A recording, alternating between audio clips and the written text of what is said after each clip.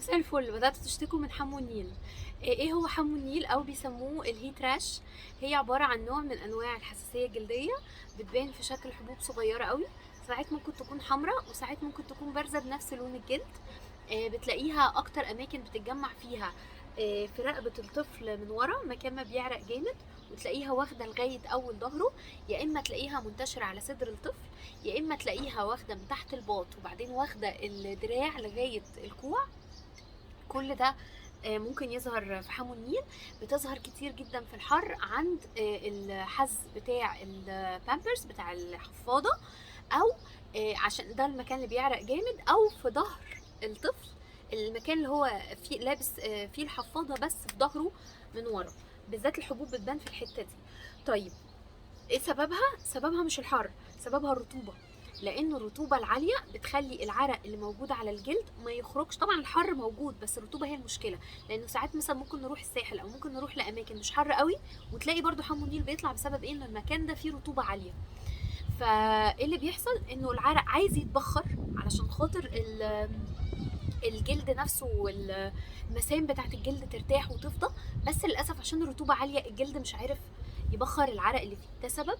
السبب التاني وده مش ناس كتير عارفه بتاخد بالها منه، ان الطفل ما بياخدش ميه ومعادن كفايه. فهو لو ما اخدش ميه كفايه العرق بتاعه بيطلع سميك وتقيل، فبيبقى صعب ان الجلد يتخلص منه بسهوله او يتبخر بسهوله. نمره اتنين، لو ما بياخدش المعادن اللي هو محتاجها، بالذات الملح، انواع معينه من الاملاح والمعادن هقولك تعوضيها ازاي. ده بيخلي ايه؟ ده بيخلي العرق وهو طالع بيبقى مركز بشكل معين، فبتطلع حبيبات على سطح الجلد تعمل له حساسية او حكة، فتزود الموضوع اكتر واكتر وتعمل التهابات جلدية. طيب، ايه المفروض انا اتصرف ازاي مع حمو النيل؟ هو اصلا حمو النيل انت لو سبتي الحبوب لوحدها هي هتروح لوحدها في خلال يومين ثلاثه. هي بتهيل، الجلد بيجدد نفسه وهي في اعلى طبقه، فالطبقه بتروح. المشكله بتبقى في ايه؟ انه بيرجع بيرجع بيرجع. فانا لازم اعرف ازاي اصلا، اوكي، انضف المكان ده طول الوقت من العرق، بعدين اشوف لو ظهر اخد ايه. طب انضف المكان ازاي من العرق؟ ثلاث حاجات. نمره واحد، اتجنب الحر. لو انا اولا الطفل يخفف هدومه، يعني بالعقل كده يبقى مخفف هدومه. اللبس اللي يكون لابسه يكون لبس قطن مرحرح، ما تلبسيش حاجه ضيقه، مش مهم الشياكه خالص. دايما اقول لهم الشياكه مش هتنفعنا يا ديحه لو العيال جالهم حمو النيل. تمام. يكون قطن ومرحرح. ويكون مناسب للفصل اللي احنا فيه، ما تقليش، بالذات البيبي اللي لسه مولود على فكره بيتحروا وبيعرقوا زينا. اه ماشي، لازم هيلبس طبقه ازيد منك، وممكن في اول ما يتولد يبقى لابس بكم، بس اديله نفس.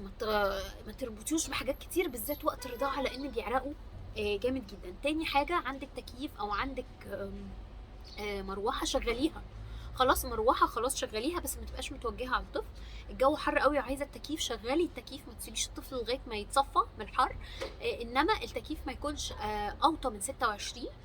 وما تعمليش تذبذبات في درجات الحراره كتير. يعني قاعد في التكييف خلاص، احنا قاعدين ومعانا حاجاتنا، مش كل شويه هطلع ويجري ورايا وادخل تاني من ساقع لسخن. هو ده اللي بيعيي العيال مش التكييف نفسه. وتكوني بس عامله صيانه صح للتكييف عشان التراب والحاجات اللي فيه.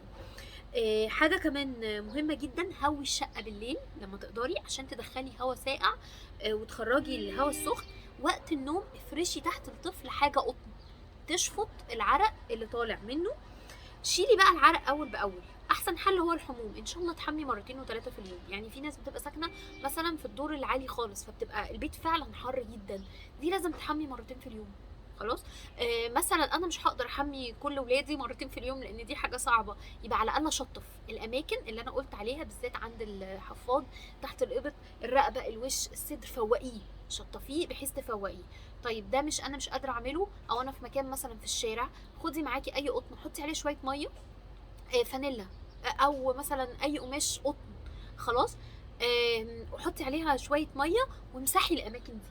يبقى انا اخدت مش وايبس، حاجه مبلوله ما يكونش فيها كحول. يبقى انا كده ايه؟ ما الهبتش الجلد وشيلته. وقت الحموم في حاجات احنا بنعملها غلط بتزود حمو النيل. ان انت مثلا تحمي ميه دافيه، طب ما دي بتزود حمو النيل، لان الجلد ملتهب، هو مش ناقص اي حاجه تلهبه اكتر. فحمي بميه تكون فتره ما تلهبش الجلد. ما تستخدميش شامبو باستمرار، يعني انا لو بحمي مرتين مش ممكن استخدم شامبو او صابون او شاور جel مرتين في اليوم، او حتى مره في اليوم. لا، حوشي الشامبو او الشاور جel للوقت اللي انا فعلا محتاجاه، وبقيه الوقت انضف واشطف بميه بس، ولو مضطره ومحتاجه هاتي صابونه جليسرين، دي الحاجه الوحيده اللي مش هتلهب جلد الطفل، او صابونه مخصوصه للاطفال بتتباع صغيره كده للبيبي، استخدمها على قد ما اقدر. ما تستخدميش ديتول. هتقولي لي اصل انا بستخدم صابون ديتول عشان ينظف، لا ده بيلهب جلده اكتر. فلا، لو عنده حمو النيل ما تحميهوش بديتول ابدا لو سمحتي. حاجه كمان، بعد ما يستحمى ما تنشفيش تجري تنشفيه على طول. لو الجو حلو وانت مش قلقانه ان هو يبرد، سيبيه شويه. الهواء اللي بيعدي كده على الميه دي بيفوق بيساعد على تبخر الميه دي ويفوق المسام ويفتحها. بعد كده لو هتنشفي امسحي كده خلاص، مش كده، لان الدعكه دي بتقوم ايه، بتلهب الجلد اكتر وبتخلي الامور تبقى اصعب. طيب الحاجه المهمه قوي، بلاش البيبي اويل في الحر. البيبي اويل اصلا بيسد المسام، بيقفل المسام. اغلب انواع الزيوت اللي بتتباع للاطفال للبيبي للرضع بيبقى فيها بارافين او بيبقى فيها زيوت صناعيه اصلا مش مفيده للطفل، مش حلوه. انت لو بتستخدميه مثلا نقطتين عشان بتعملي مساج للطفل عشان المغص، اوكي، وبعدها هتحميه او هتغسلي له المنطقه دي. انما دعك البيبي اويل بالذات لو سينثيتك، لو انواع صناعيه كتير، ده بيسد المسام، فبيخليكي مهما حليتي مشكله حمو النيل ترجع تاني. طيب امال ارطب لابني بايه بتسالوني؟ هو اصلا لو الطفل ده بيرضع صح من ام بتشرب ميه كفايه وبتاخد فيتاميناتها وبتاكل صح، هو الطفل جلده حلو ما فيهوش حاجه. انما لو في طفل عارضا مقشف، وده بيحصل في الشتاء غالبا مش في الصيف، طفل انت حاسه ان هو مقشف مش ناعم قوي، ممكن تاخدي نقطتين من لوشن وتدهنيهم على المكان. وبرده ما تخليش اللوشن في الحر مع حمو النيل عاده، استخدميه بس وقت ما تحتاجيه، علشان كل الحاجات دي بتسد المسام، واحنا قلنا ان سد المسام هو اللي بيخلي الحبوب تطلع، فاستخدميه بس لو محتاجاه. طيب حاجه كمان مهمه، لو انا اوريدي ابني عنده حمو النيل وعايزه ادهن له حاجه، ادهن له ايه؟ في امهات بتروح تلجا تجيب مراهم كورتيزون، او بتروح عند مكان الحفاض وتحط كيناكومب، او تحط مثلا حاجات مراهم تانية فيها كورتيزون. ده غلط خالص. الكورتيزون ممكن تحسي ان هو شال الحبوب في خلال يوم واتنين وتاثيره سحري، بعد شويه الحبوب بترجع تتراكم، المكان بيطلع شعر، خدوا بالكم في المناطق الحساسه، الجلد نفسه لونه بيتغير وبيبتدي يلقط ميكروبات، لان هو اصلا الكورتيزون بطبيعته بيقلل الهيلينج وبيزود الانفكشن، بيزود فكره ان يجيلي ميكروب، وبيقلل ان المكان ده يلتئم والجلد الخلايا تتجدد بشكل صحي. امال ادهن ايه؟ لو انا عندي التهابات حفاض وعايزه اعرف نوعها، روحي الفيديو التهابات الحفاض هتلاقي 8 انواع تقدري تفرقي ما بينهم وتعالجي صح. لو هو حمو النيل وانا متاكده ان هو حمو النيل وبيجي من الحر وابني كان عرقان جدا، يبقى هدهن كالاماين لوشن. كالاماين لوشن ده ليه في السوق مليون مركب، خلاص. يا ريت لو تختاري اللي اسمه كالاماين بالذات، لانه بيبقى معاه ماده فيها مضاد للحساسيه.